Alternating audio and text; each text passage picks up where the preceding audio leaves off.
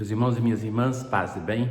De novo eu estou lhes falando hoje de Campo Sampiero, este lugar aonde Santo Antônio viveu o último mês dele de vida. Depois de pregar durante toda a quaresma na cidade de Pádua, Santo Antônio, sentindo-se cansado, aqui ele tinha um amigo que era conde nessa cidade de Campo Sampiero.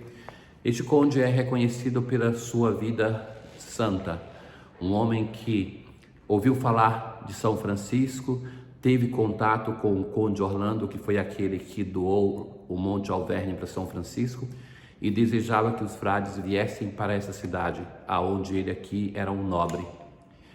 Então, essas cidades medievais eram todas muradas, cercadas, e Campo Sampiero, de fato, não tem mais o muro, porque este conde foi aquele que autorizou os pobres a pegarem as pedras do muro para construírem as suas casas.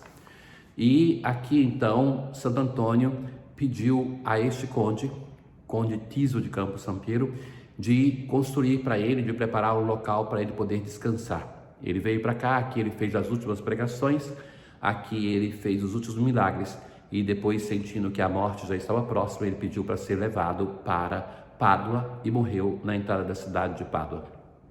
Então aqui nós temos dois santuários. O Santuário da Visão, que eu estou aqui no local de confissões do Santuário da Visão, que foi aonde Santo Antônio teve a visão do menino Jesus.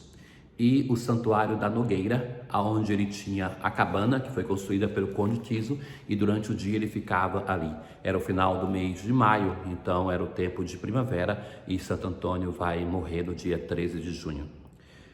Nós continuamos a nossa peregrinação com a Palavra de Deus, e hoje nós ouviremos na primeira leitura aquela parte do profeta Jeremias que é chamado de As Confissões de Jeremias, aonde ele faz um forte desabafo a respeito das perseguições que ele sofre por causa do fato de ter dado sim ao Senhor, que o chamou a uma vocação profética. Então é um desabafo muito duro, muito sofrido, que ele vai mesmo falar em relação a Deus. Ele se sente abandonado por todos, inclusive por Deus. E depois também na leitura de hoje nós temos a resposta. De fato, essa parte aqui é uma parte mais ampla, as chamadas Confissões de Jeremias, mas nós na liturgia nós somente ouviremos essa parte que está na leitura de hoje. Assim diz o profeta: ai de mim, minha mãe, que me gerastes um homem de controvérsia, um homem em discórdia com toda a gente. Então ele sente assim, já no momento da sua vocação, Jeremias vai falar isso para o Senhor, que ele sabia já que ia ser perseguido pelos inimigos, mas que os próprios amigos iriam abandoná-lo. Todos me amaldiçoam. Quando encontrei tuas palavras e então falando com Deus, alimentei-me. Elas se tornaram para mim uma delícia e a alegria do meu coração. Porque se tornou eterna minha dor? Porque não sara a minha chaga maligna? Para mim te tornastes como miragem de um regato, como visão de águas ilusórias. Então aqui ele toca o centro do seu sofrimento, porque ele vai dizer que até mesmo de Deus ele sente a ausência.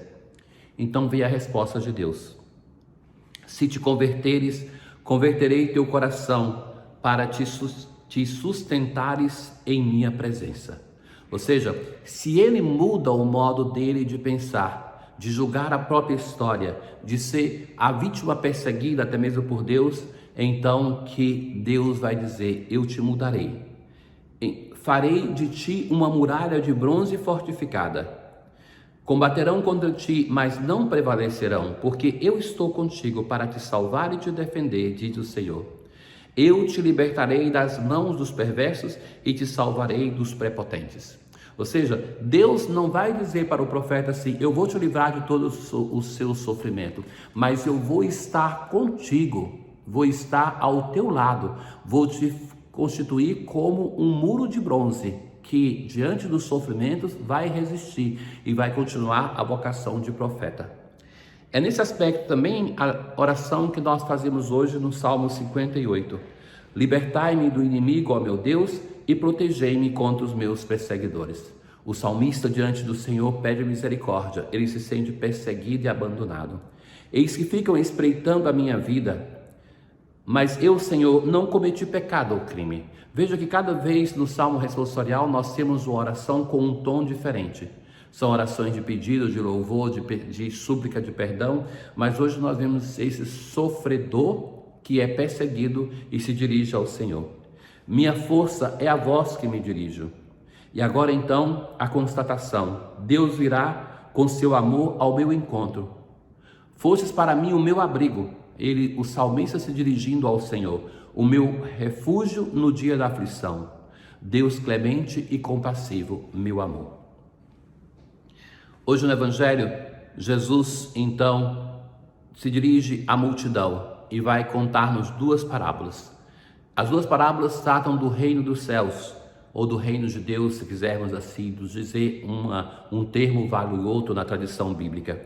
Jesus vai dizer assim: o reino dos céus é como um tesouro escondido no campo. O homem o encontra e o mantém escondido.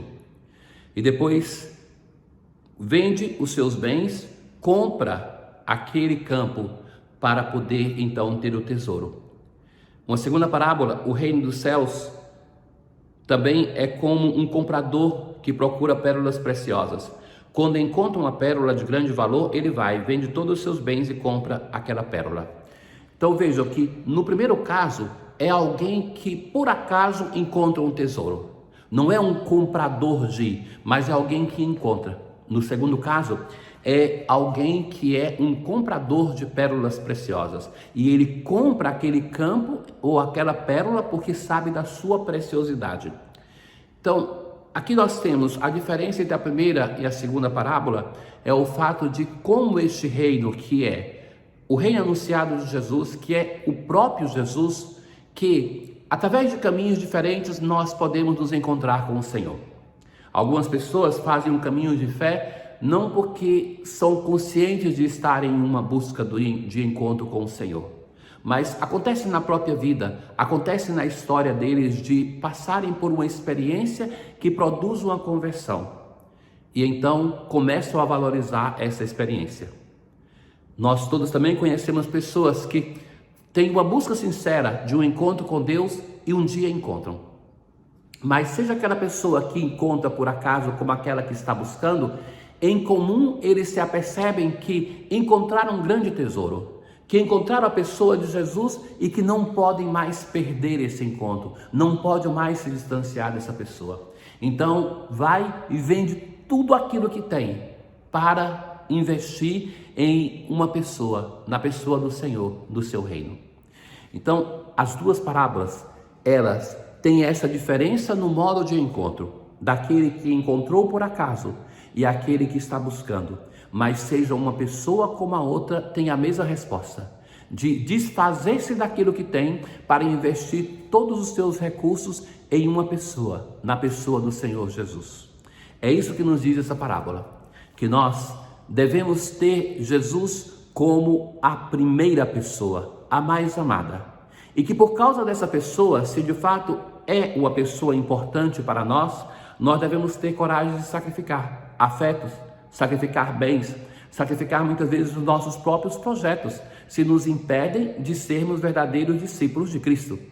Então, o que é a coragem daquele que tem a alegria do encontro, não porque está perdendo, mas porque está ganhando, que não chora as tantas coisas que tem que se desfazer, mas que se alegra porque está se encontrando com alguém que dá sentido à própria vida, à própria existência.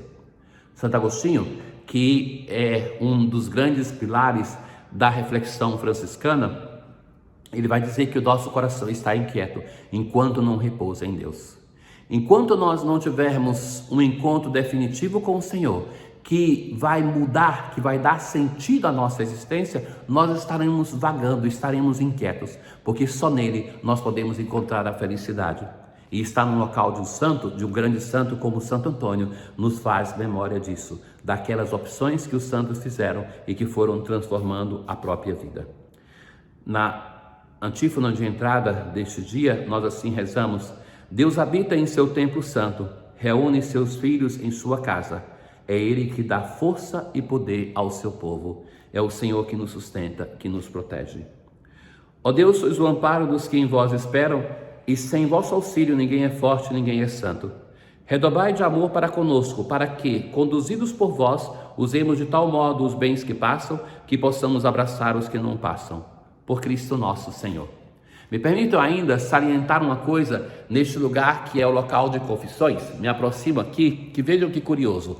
Nessa parede aqui tem todos esses tijolos de vidro que são colocados em alturas diferentes, mas tem uma linha aqui que é da mesma altura, que é essa aqui, onde está escrito Laudato si mi Signore, louvado seja meu Senhor, porque essa era a altura de São Francisco. Então, uma memória de São Francisco. E aqui do outro lado nós temos os confessionários. As pessoas vêm aqui não é paróquia, aqui é um local de confissões, sobretudo. Então tem 5 confessionários muito bem feitos para ajudar as pessoas a celebrarem bem este sacramento da misericórdia. O Senhor esteja convosco, Ele está no meio de nós. Abençoe-vos o Deus Todo-Poderoso, o Pai, o Filho e o Espírito Santo. Paz.